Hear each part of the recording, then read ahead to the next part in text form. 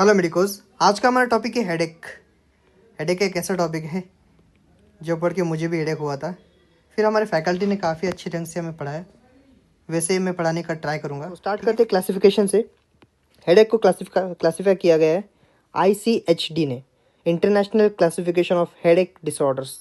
सो 3 हिस्सों में क्लासीफाई किया है: प्राइमरी हेडेक, सेकेंडरी हेडेक और cranial neuropathies and other facial syndromes. So आज हम पढ़ेंगे प्राइमरी हेडेक के बारे में। सो प्राइमरी हेडेक में आता है आपका tension type headache, migraine, cluster headache and other TACs, trigeminal autonomic cephalalgias and other primary headache. Secondary headache में क्या क्या आता है? सिस्टमिक इन्फेक्शन की वजह से होता है secondary headache, head injury, vascular disorders, सब एरिकनॉइड डिसऑर्डर्स, ब्रेन ट्यूमर्स। ये डिसेंडिंग ऑर्डर में लिखा है मैंने। सबसे मोस्ट कॉमन कौन सा है? सिस्टमिक इन्फेक्शन, फिर हेड इंजरी, फिर वैस्कुलर डिसऑर्डर्स और सब एरिकनॉइड डिसऑर्डर और ब्रेन ट्यूमर्स। इस पे क्वेश्चन है, MCQ है। सबसे मोस्ट कॉमन कौन सा है? सिस्टमिक, उसके बाद हेड इंजरी, उसके बाद वैस्कुलर डिसऑर्डर, उसके बाद सब एरिकनॉइड डिसऑर्डर, उसके बाद ब्रेन ट्यूमर्स। सबसे पहले आते हैं टेंशन टाइप हेडेक में। तो ये टेंशन की वजह से होता है। सबसे ज़्यादा कॉमन है फीमेल्स के अंदर, फीमेल्स में मोस्ट कॉमन है tension type of headache. Middle age में ज़्यादा दिखता है। ये बायलैटरल होता है, दोनों साइड होता है हेड के। कहाँ? फोरहेड, पैराइटल, ऑसिपिटल रीजन में। ठीक है। बैंड लाइक सेंसेशन होता है, band like sensation. Here band like,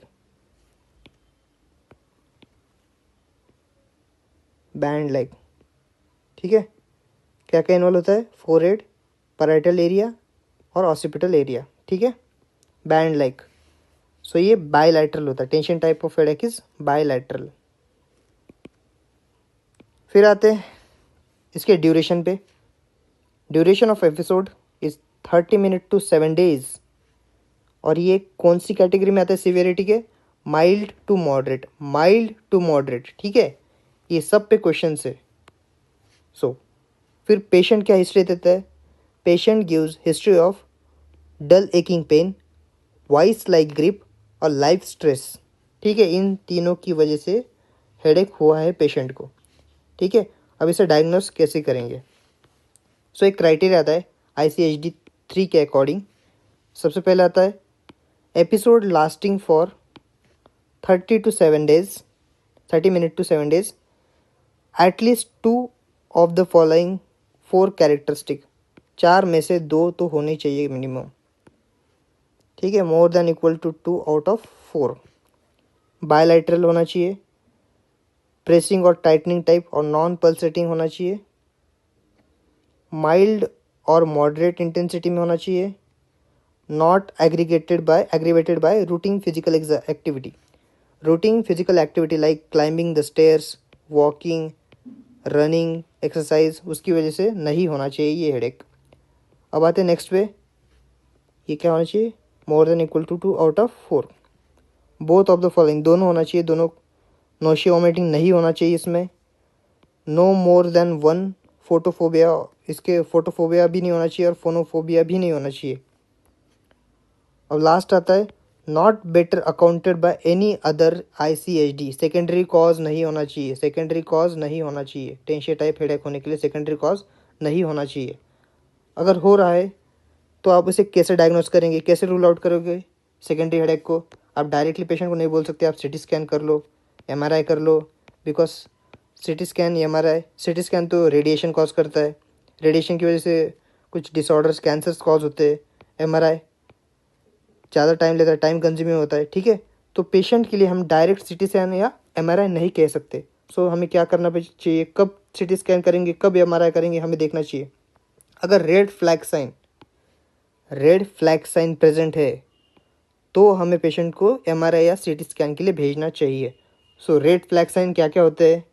सबसे पहला, एज मोर देन 55 ईयर्स होना चाहिए, फीवर होना चाहिए, neck stiffness, focal deficit, seizures, projectile vomiting, bradycardia, changing character of headache from mild to severe हो रहा है हेडेक, तो रेड फ्लैग साइन पॉजिटिव है, रेड फ्लैग साइन, ठीक है, रेड फ्लैग साइन पॉजिटिव है, ठीक है। दूसरे वाले रेड फ्लैग साइन अलग है, ये अलग है, ठीक है। फिर आते हैं इसके मैनेजमेंट पे। Management of tension type of headache, दो तरह से मैनेज करेंगे, एक तो एक्यूट हो सकता है या तो प्रिवेंटिव ट्रीटमेंट, एक्यूट मैनेजमेंट और प्रिवेंटिव ट्रीटमेंट। एक्यूट मैनेजमेंट में ड्रग ऑफ चॉइस क्या है, non steroidal anti inflammatory drugs, ठीक है, नॉन पोटेंट यूज़ करेंगे, कौन कौन से, एस्पिरिन या तो पैरासीटामोल। अब आते हैं प्रिवेंटिव ट्रीटमेंट में। तो प्रिवेंटिव ट्रीटमेंट का ड्रग ऑफ चॉइस क्या है, amitriptyline. Amitriptyline is a drug of choice of preventive treatment of tension type of headache, ठीक है। कितना mg, 10 to 25 mg देंगे वंस डेली फॉर 3 months, ठीक है। इतने पीरियड में हम पेशेंट को काउंसिल करेंगे और management of stress level, so stress level manage करना पेशेंट को बताएंगे, या तो काउंसलिंग करेंगे, वजह पूछेंगे स्ट्रेस की और उसे रिड्यूस करने के लिए हेल्प करेंगे पेशेंट को, ओके। ये रहा आपका टेंशन टाइप ऑफ हेडेक के बारे में। अब नेक्स्ट टॉपिक है migraine. Migraine, it is a second most common type of headache, second most common type of headache. और फर्स्ट कौन सा है फिर, first most common is tension type of headache, okay. फिर आते, ये भी फीमेल्स में कॉमन होता है, फीमेल्स में more common than male, middle age में दिखता है, ये यूनिलैटरल होता है, ये यूनिलैटरल है। पहला क्या था, bilateral, tension type of headache is bilateral. ये कौन कौन से रीजन को कवर करता है, forehead, peri orbital region and eyes. See here, peri orbital region, forehead और आइज को कवर करता है ये क्या, माइग्रेन। इसकी सीवियरिटी रेट क्या है, ये आता है मॉडरेट टू सीवियर में, मॉडरेट टू सीवियर में। पहला कैसा था, माइल्ड टू मॉडरेट, ये मॉडरेट टू सीवियर। इसमें क्या है, पल्सेटाइल हेडेक दिखता है, pulsatile headache is seen in migraine, ठीक है, पल्सेटाइल हेडेक, ओके। अब आते हैं इसके, और इसका duration 4 to 72 hours, 4 to 72 hours. पहले का कितना, 30 मिनट टू 7 days। अब इसमें एक इंपॉर्टेंट चीज़ आती है, aura. What is aura, aura क्या होता है, इसकी डेफिनेशन क्या है, abnormal sensory motor function perception by patient, perception patient experience before the onset of headache. जो पेशेंट को एक्सपीरियंस होता है, कौन सा मोटर या सेंसरी फंक्शन जो होता है पेशेंट को एक्सपीरियंस होता है before the onset of headache, उसे कहते हैं ऑरा, ठीक है। ऑरा अगर प्रेजेंट है तो इसे हम कहेंगे क्लासिकल माइग्रेन, ऑरा अगर अब्सेंट है तो इसे कहेंगे non classical migraine. Non classical migraine is more important, most common, ठीक है। फिर आते हैं, अब क्लासिकल माइग्रेन में दो टाइप है, एक तो टिपिकल, एटिपिकल। टिपिकल में visual aura is most common, what is visual aura पढ़ेंगे अभी। और एटिपिकल में तीन टाइप से, brain stem dysfunction, retinal migraine और हेमीप्लेजिक माइग्रेन के बारे में, ओके। अब आते हैं aura. What is aura, it is an abnormal sensory motor function perception patient experience before the onset of headache. So ये जो ऑरा रहता है ये रिवर्सिबल होता है, ये जो इसके जो भी इफेक्ट होंगे, सिम्टम्स होंगे, ये सब रिवर्सिबल ही होंगे। सो ऑरा लास्ट फॉर कितना, 5 to 60 मिनट। और लेस देन 5 मिनट से ज़्यादा सिम्टम्स है, मतलब 5 मिनट से कम आ रहे सिम्टम्स, सो ये ऑरा नहीं है। और 60 मिनट से ज़्यादा भी हो रहे फिर भी ये ऑरा नहीं है। Aura last for 55 to 60 minute. अब क्या क्या सिम्टम्स होंगे, visual aura, photophobia, phonophobia associated with nausea and vomiting and increase headache by physical activities। ये हो गए ऑरा के सिम्टम्स। अब आते हैं फेजेस ऑफ माइग्रेन पे। पहली फेज है प्रोडर्मल फेज, फिर आती ऑरा फेज, फिर हेडेक, फिर आती post dermal phase, post dermal phase, okay. Prodromal phase में ये 1 to 48 आवर्स के लिए होती है, 1 to 48 hour. Aura 5 to 60 minute हमने पहले देखा। हेडेक होता है 4 to 72 आवर्स और पोस्ट डर्मल होती है 1 to 48 आवर्स के लिए। प्रोडर्मल और पोस्ट डर्मल के जो इफेक्ट होते हैं, जो सिम्टम्स होते हैं वो सेम होते हैं। क्या होते हैं, इरिटेबिलिटी, लो मूड, रेस्टलेसनेस, सेम, इरिटेबिलिटी, लो मूड और रेस्टलेसनेस, ठीक है। ये हो गए फेजेस ऑफ माइग्रेन। अब आती क्लासिफिकेशन ऑफ माइग्रेन पे, दो तरह के होते हैं, migraine with aura, migraine without aura. Migraine without aura में आता है non classical type, which is a most common type. फिर आते हैं माइग्रेन विथ ऑरा। इसमें कौन कौन से आते हैं? माइग्रेन विथ टिपिकल ऑरा, फिर आता है रेटिनल माइग्रेन, हेमिप्लेजिक माइग्रेन और ब्रेन स्टेम माइग्रेन, और इसे बेसिलार माइग्रेन भी कहते हैं। माइग्रेन विथ ऑरा में ये सेकंड मोस्ट कॉमन है, सेकंड मोस्ट कॉमन। और फर्स्ट मोस्ट कॉमन कौन सा है? Typical aura, migraine with typical aura. ठीक है, माइग्रेन विथ ऑरा में मोस्ट कॉमन कौन सा है? First most common migraine with typical aura, second most common basilar migraine या तो brain stem migraine. These are migraine with atypical aura, atypical aura. ठीक है, अब आते हैं सबसे इंपॉर्टेंट चीज़ पे, pathophysiology of migraine. Pathophysiology of migraine पे सबसे पहले माइग्रेन को ट्रिगर कौन कौन करता है? Migraine triggers are hormonal function fluctuations, fatigue, relaxation after the stress. ये तीन चीज़ें होती है, ये माइग्रेन को ट्रिगर करती है। क्या होता है? ये जो चीज़ें होती है, ये ट्रिगर होता है, ये क्या करता है? Increase in the serotonergic stimulation in the brain stem. ठीक है, सेरोटोनर्जिक स्टिमुलेशन करा देता है ये ब्रेन स्टेम के अंदर, जिसकी वजह से क्या होता है? सेरोटोनिन बढ़ जाता है, increase in serotonin level. Serotonin का फंक्शन क्या है? ये वैसोडाइलेशन करा देता है, वैसोडाइलेशन करा देता है।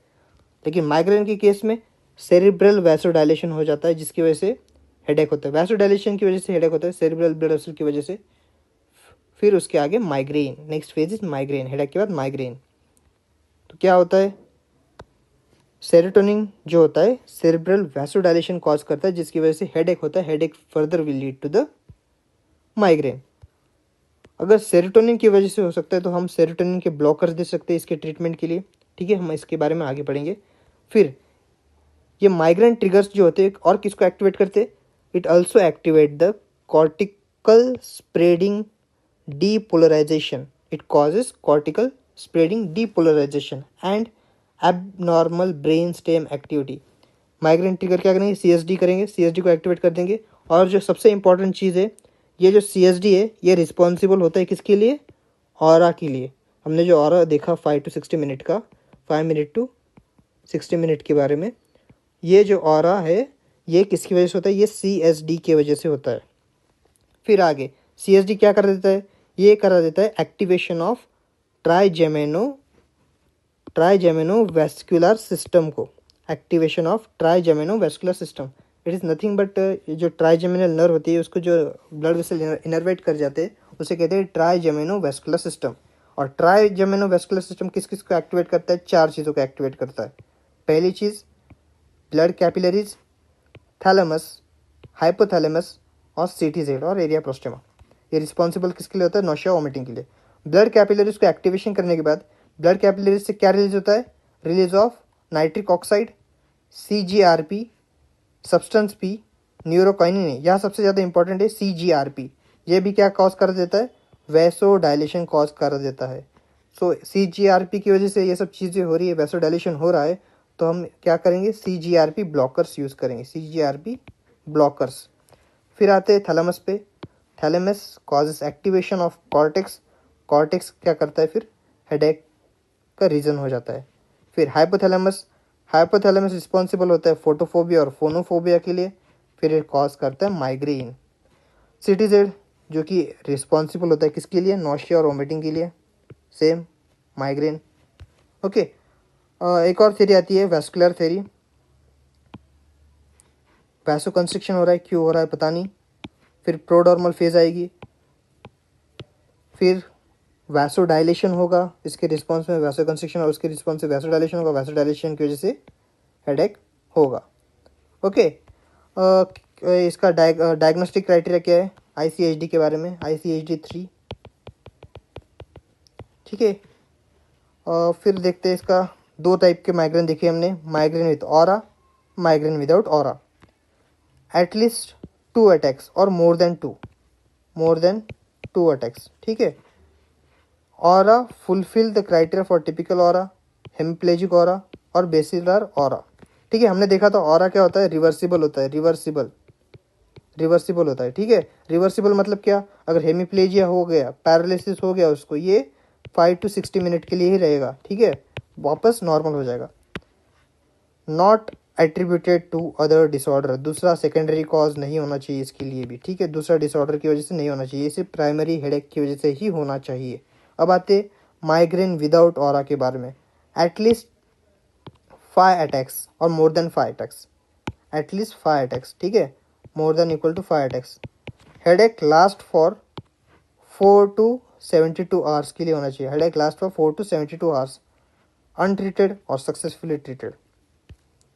हेडेक हैज़ एटलीस्ट 2 कैरेक्टरिस्टिक्स, ये जो नीचे गए इसके कम से कम 2 कैरेक्टरिस्टिक तो होने चाहिए, more than equal to 2 characteristic. Unilateral localization, pulsatile quality, moderate और सीवियर इंटेंसिटी। एग्रीवेशन बाय और evidence of routine physical activity like walking, climbing the stair. During headache, at least one of the following should be there, एक और एक से ज़्यादा, ठीक है। Nausea, vomiting, CTZ cause करता है और बोथ। फोटोफोबिया, फोनोफोबिया हाइपोथैलेमस की वजह से, और it should not be attributed to another disorder, ठीक है। अब आते हैं इसके ट्रीटमेंट पे, मैनेजमेंट पे। क्या क्या देखा था हमने, या तो सेरोटोनिन को ब्लॉक कर देंगे या तो CGRP को ब्लॉक करेंगे, सेरोटोनिन और CGRP।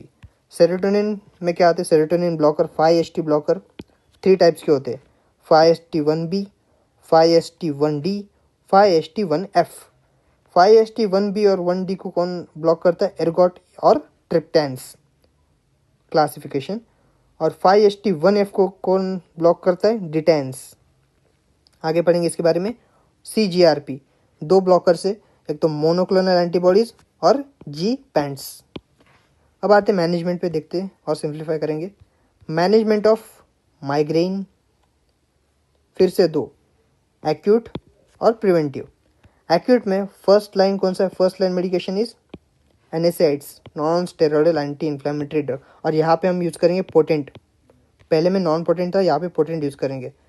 सो उसका ड्रग है सेलिकॉक्सिब फॉर विथ और विदाउट आ रहा है, ये FDA अप्रूव ड्रग है न्यूली, ठीक है, सेलिकॉक्सिब। फिर आता है आइबुप्रोफिन और नैप्रोक्सिम। अब सेकेंड लाइन, इससे ट्रीट नहीं हुआ तो second line medication.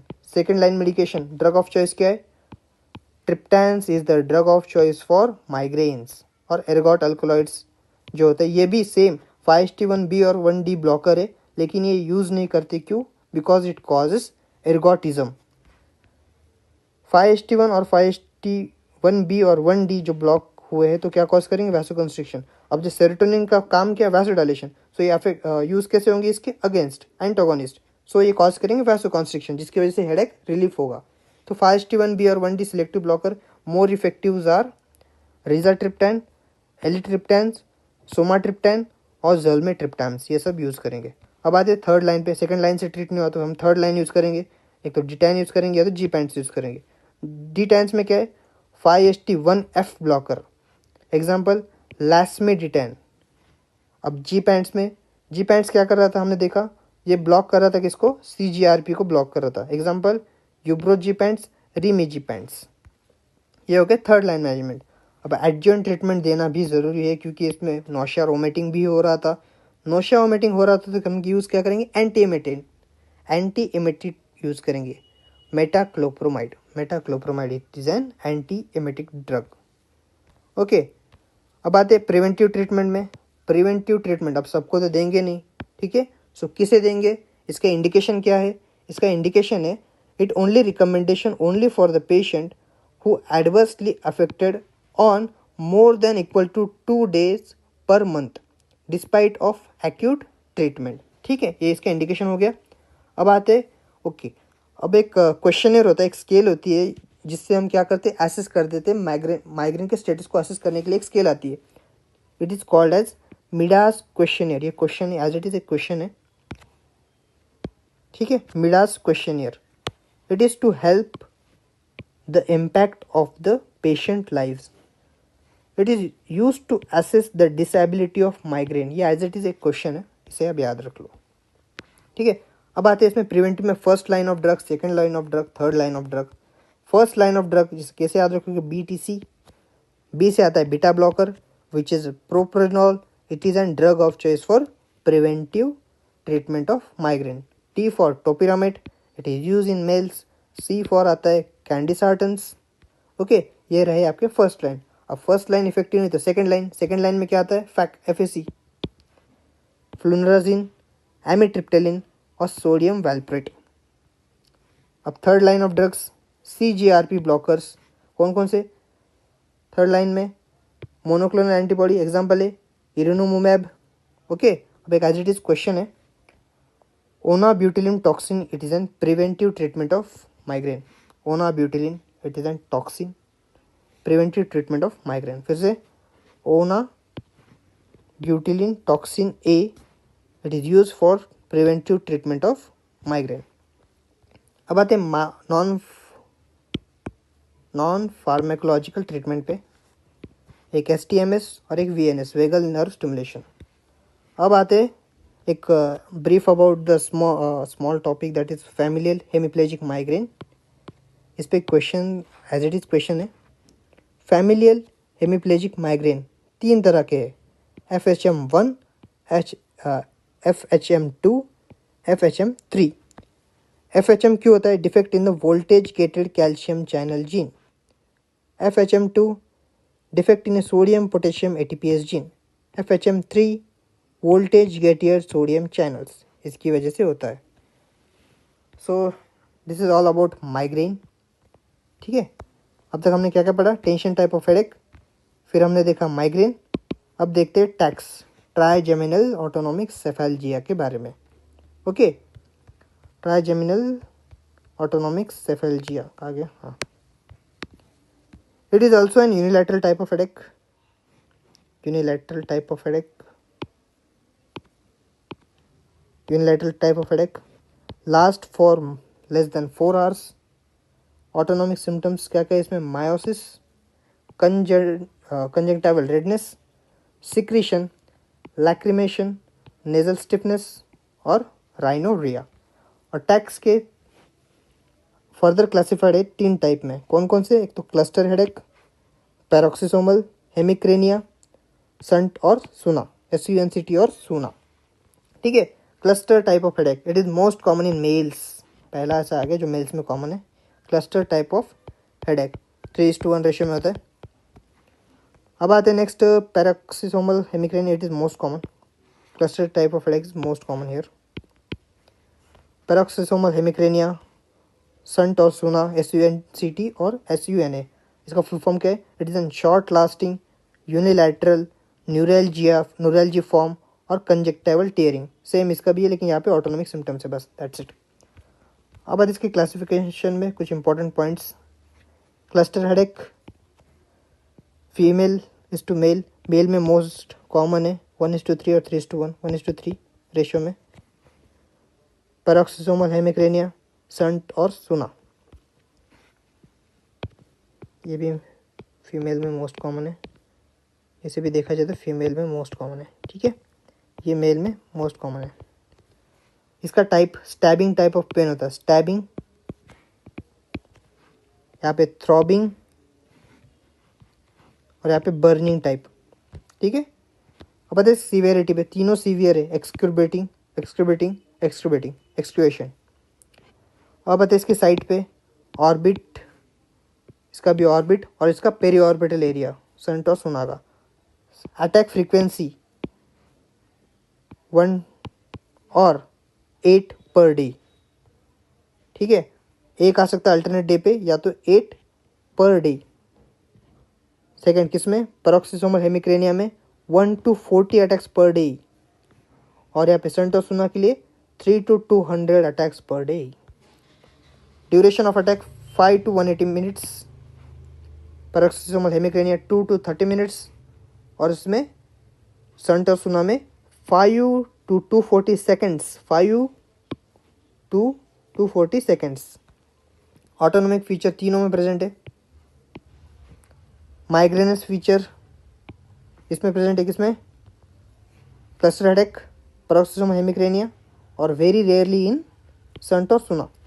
Alcohol trigger सिर्फ क्लस्टर हेडेक, अल्कोहल की वजह से होता है cluster headache. Occasional in paroxysmal hemicrania, no, not in SUNCT और सुना। अब क्यूटेनियस ट्रिगर सिर्फ प्रेजेंट होता है किसमें, क्यूटेनियस ट्रिगर सिर्फ प्रेजेंट होता है संट और सुना में, ठीक है। क्यूटेनियस ट्रिगर एक और जगह दिखता है, कहाँ, ट्राइजेमिनल न्यूरैल्जिया, सलमान खान वाला डिसीज, ठीक है, ट्राइजेमिनल न्यूरैल्जिया। अब इसे डिफ्रेंशिएट कैसे करेंगे, कैसे डिफ्रेंशिएट करेंगे इसे, ट्राइजेमिनल न्यूरैल्जिया और संट और सूना में, ठीक है। इसमें रिफ्रैक्टरी पीरियड नहीं होता है, ठीक है। अब आते हैं इसमें नेक्स्ट पार्ट, ट्रीटमेंट के बारे में। क्या क्या ट्रीटमेंट देंगे, सुमाट्रिप्टन इंजेक्शन, सबक्यूटेनियस इंजेक्शन देंगे सुमाट्रिप्टन, और नेजल स्प्रे भी दे सकते हैं। ऑक्सीजन यहाँ ड्रग ऑफ चॉइस है, oxygen is a drug of choice है। कितना, 10 to 12 लीटर्स पर मिनट फॉर 15 मिनट्स, ठीक है, ऑक्सीजन। और प्रोफिलैक्टिक ट्रीटमेंट में आता है वीएलटी, वेरापामिल, लिथियम और टोपिरामेट। इसमें एंडोमेथोसिन, इसे डायग्नोस करने का एक तरीका भी होता है। अगर कोई हेडेक हो रहा है, अगर एंडोमेथोसिन से रिलीफ हो रहा है, excellent relief by indomethacin, so it is an paroxysmal hemicrania, ठीक है। एंडोमेथोसिन इफेक्ट, यहाँ पे इफेक्ट नहीं है, यहाँ पे इफेक्ट है, यहाँ पे भी इफेक्ट नहीं है, तो ये डिफ्रेंशिएट का एक अच्छा रीज़न है। फिर आते हैं इसमें संट और सुना में इसके एक्यूट ट्रीटमेंट और प्रिवेंटिव ट्रीटमेंट। एक्यूट ट्रीटमेंट में हम क्या देंगे, आईवी लिग्नोकेन, ठीक है। और प्रिवेंटिव ट्रीटमेंट में क्या देंगे, लैमोट्रिजिन, टोपिरामेट और गाबापेंटिन, ठीक है। ये रहा आपका हेडेक के बारे में total. This is all about headache, primary headache, ठीक है। Thanks for watching, thank you.